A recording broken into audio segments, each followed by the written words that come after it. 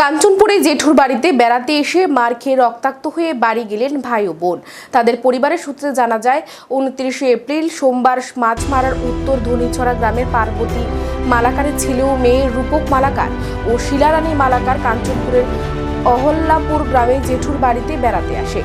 সবকিছু ঠিকঠাক চলছিল, কিন্তু হঠাৎ সোমবার রাতে ভাই বোনের উপর অতর্কিত আক্রমণ করে তাদের জেঠতুতো ভাই সহ পরিবারের অন্যান্যরা। কিন্তু কিসের কারণে তাদের উপর আক্রমণ করা হয়েছে কিছুই বুঝতে পারেননি রূপক মালাকার। পরবর্তীতে মার খেয়ে জেঠুর বাড়ির এলাকা থেকে পালিয়ে কিছুটা দূরে গিয়ে মাকে ফোন করে রূপক সবকিছু বলে এবং তাড়াতাড়ি কাঞ্চনপুরে এসে তাদের উদ্ধার করার জন্য বলে। রাত আনুমানিক 1টা নাগাদ ছেলের এমন কথা শুনে তাড়াতাড়ি তড়িঘড়ি করে মাছমারা এলাকা থেকে একটি গাড়ির রিজার্ভ নিয়ে কাঞ্চনপুরে ছুটে আসেন মা অর্থাৎ পার্বতী মালাকার।